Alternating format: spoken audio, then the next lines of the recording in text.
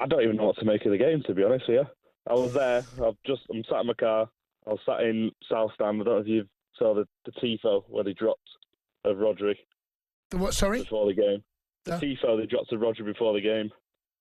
Oh, okay. Right, okay. I didn't see it, but I heard about it. Yes, go on. Honestly, before we kicked off, when that dropped, the atmosphere seemed like, old Champions League games when we were dominating every single game. Mm-hmm. Everyone was up for it. The atmosphere was absolutely smashing. Mm-hmm. We started the game off well.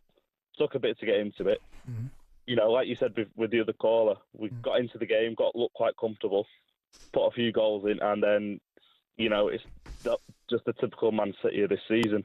Ederson makes another mistake like he does every game. Is it like that? Are you feeling that now? It's a mistake again? It always is with Ederson. You expect it every single game. No, but you never used to, right? This is a new thing. No. Oh, yeah. 2-3 seasons ago, you could argue, him and, Alisson, for example, were on par with each other.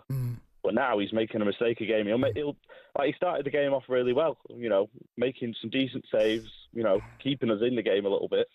But something's coming every single game. I don't know how long we can keep doing it for. Well, there's nothing you can do right now. I mean, he bought Ortega. It's been a funny old relationship this season, actually, with Pep and the goalkeepers, Lewis. He's made changes. He's bought Ortega in.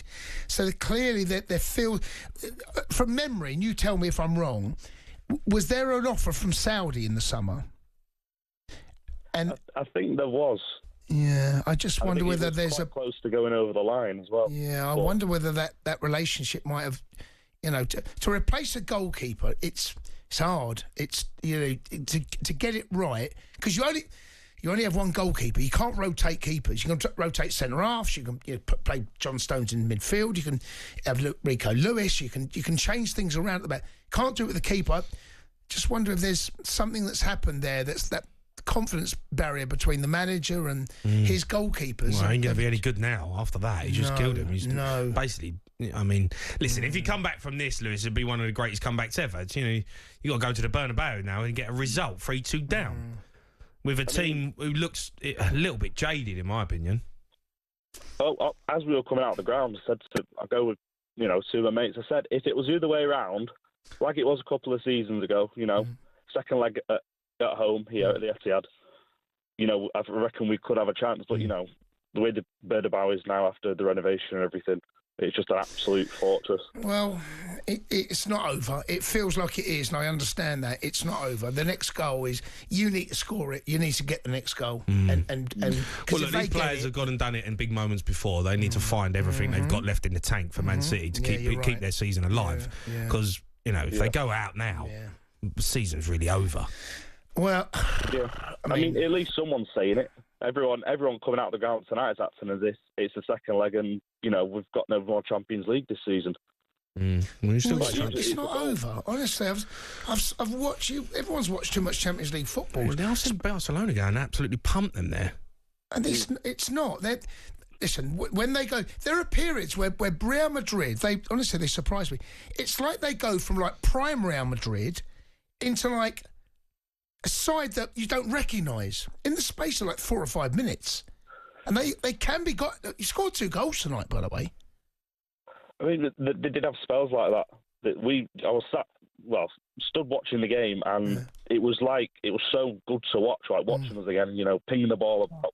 When Foden came on, he had Mendy in his pocket. I thought John Stones played really well in midfield. John Stones was, having Bellingham and Vinicius, running around him. I thought he played really well. Surprised, really, with a change. Was there a reason for the change? In terms of Aki's minutes, did he have to come off? Has he been injured? Has he been struggling? I did notice a portion before, I don't know if it was a corner or something like that, he went down. Aki? Right. Oh, no, I thought you were talking about Stones. Stones stayed on. Yeah, what I'm saying is I thought Stones was dictating the tempo of the game, a bit like how Rodri did. He was controlling it and he was protecting the back four. He made a change. He put Kovacic in there and he put John Stones at the back. He took Aki off. And I didn't understand that decision unless there was reasons behind it in terms of Aki's fitness, then fair enough. But that substitution, but if it's a tactical sub, it was going to be made before one of the goals? Because that decision had been made. They were warming up on the side. No, but I just it must. I'm guessing it was tactical. I mean, fitness-wise, it must. I don't know. I'd hope someone could tell me. But I thought if it wasn't tactical, it was a mistake because John Stones in the middle of that part was protecting the back four.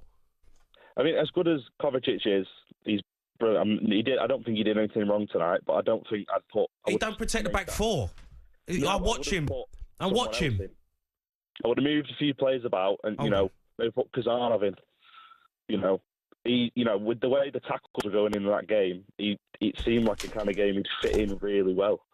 Yeah. All right, listen, Lou. Listen, mate. I appreciate your call. I'm going to go to Rob, who's a Man City fan. All right, Rob. Yeah, hi guys. How we doing? I'm good, mate. How are you? Yeah, good. Been at the game tonight. Me, my son, and my mate Andy. First and foremost, who can beat it? Real Madrid at home, yeah, come on. Being a regular one for us. But what are we doing, boys? Come on. What do you think about some of these? We've got some of these old guard players. They've got credit in the bank, haven't they? But they're not. Every time Gundogan, come on. He comes on the field now, and we just look like we go absolutely to pot. You look leggy, Rob. That's the issue. That's the biggest problem I've got at the moment watching Man City is you don't look sharp. Like, I look at Real Madrid, you've still got good players and they can produce moments, but Real Madrid, Vinicius Junior, Mbappe, Bellingham, Rodrigo, you just look sharp. You just look leggy. When you're at the game, guys, you can see they load sides up. They put 3 or 4 players out on the wing. They take risks. They back their young players to get upfield and get a goal. And they don't mind leaving themselves a bit short at the back to give you a chance. But then we just don't look. The City of a year or two ago, we'd have gone upfield and taken them chances and we'd have got 3 or 4 goals and we might have won that game 4-3. But, recent weeks, we're just not doing it. But, hey, listen, like a couple of callers have already said, the tie's not over. Let's get out to Madrid and score the first goal and you never know. Yeah, well, you never know, matey. Yeah, look. All right, guys. Take care. Best of luck. Rob. All right, bud. All right, top man, matey. Let's go to... can we get Kieran up? He's a Man City fan. Can't you want to get Jackie up? I think you need to give her a full section, don't we? Yeah, we do. Let's hold Jack because, I think she's going to go in. Let's go to Kieran, who's a Man City fan. Kier? Good evening, guys. You okay? I'm all right, Kieran. I'm all right, Kier. Look, you've been at the game. Yeah. I actually thought Man City played well. Yeah, I did. I mean, first things first, I just want to say quick update with regards to mysterious phone calls. I wanted to throw my point out there about that first of all, because it happened to me happened to me a couple of months ago. I got a phone call from what I believe was the bank. It was the legit bank phone number. And it turns out it wasn't. So a bit of digging. And apparently what these scammers can do now is they can spoof your phone number. So it's your real phone number. And it's you think it's the real person calling you, but it's not. They're that good now. They can they use actual phone numbers to ring you. So I just wanted to get that point in there. Okay. All right, well, yeah. I mean, it's a bit of a weird situation we've got here because I've just phoned Cundy. And I've just come up on Cundy's phone. And I'm now phoning him, but I'm sat next to him. I'm not using my phone. No, something's weird, guys. We've been hacked. No, one of us or both of us. One of us have been hacked.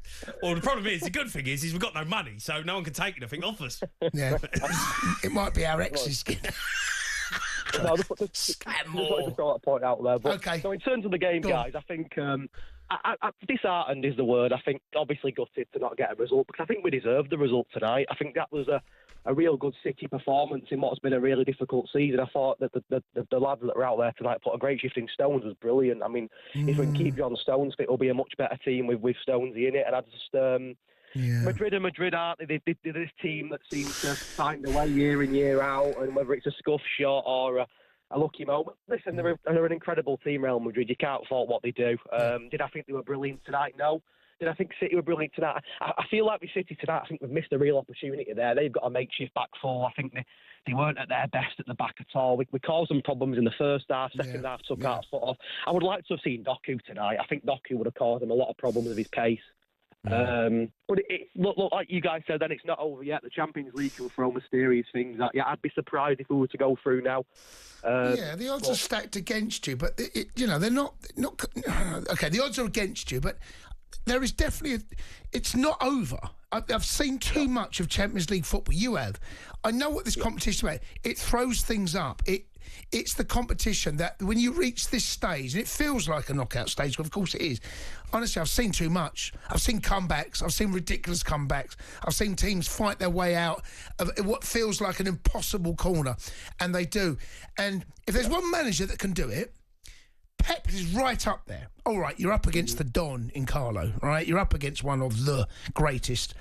Maybe he'll go down as the greatest Champions League, I don't know. But he's won it as a player and all of that. But it's not over. And, you know, Jay and I'll be here taking calls next... When is it? Next Wednesday? Yeah. Yeah, next Wednesday night. It's tricky, but it's not cooked. The Sports Bar with Jamie O'Hara and Jason Cundy. Monday to Thursday nights from 10 on AM, on DAB, via the talkSPORT app and on your smart speaker. talkSPORT.